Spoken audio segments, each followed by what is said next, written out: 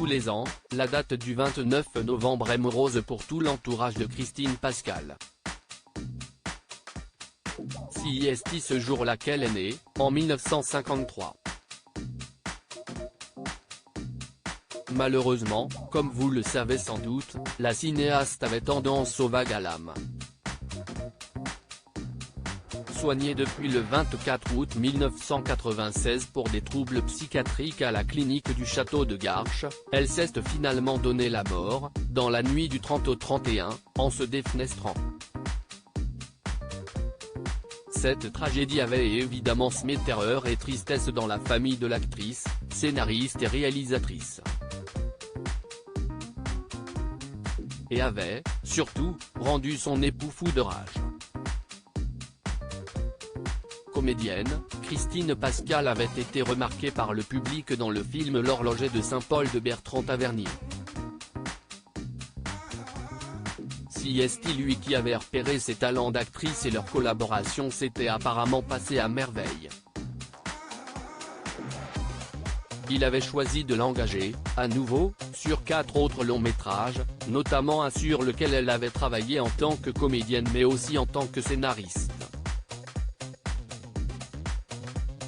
Elle avait très vite pris goût à la caméra, à l'avant comme à l'arrière, et s'était lancée dans l'aventure de la réalisation en 1979 avec Félicité.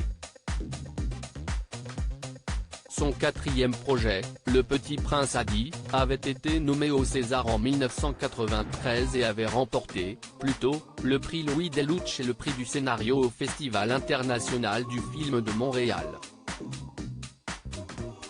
Un suicide, une plainte et 10 000 € d'amende de la gloire, le succès ne sont pas toujours suffisants pour rendre une personne heureuse. Hélas.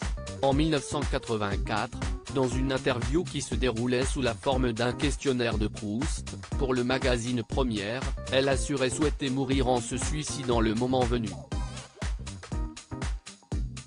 J'ai perdu l'insouciance de la jeunesse, je commence à vivre avec l'idée de la mort, de la maladie, ajoutait-elle quelques années plus tard dans les cahiers du cinéma. Christine Pascal ne mentait pas puisqu'elle a fini par mettre fin à ses jours dans la nuit du 30 au 31 août 1996. Son mari, le producteur Robert Bonheur, avait alors porté plainte contre la clinique du château de Garches, qui avait pris la cinéaste en charge, pointant du doigt la sécurité relative de ses patients. Après l'enquête de la gendarmerie, une instruction avait été ouverte contre le psychiatre et le directeur de l'établissement.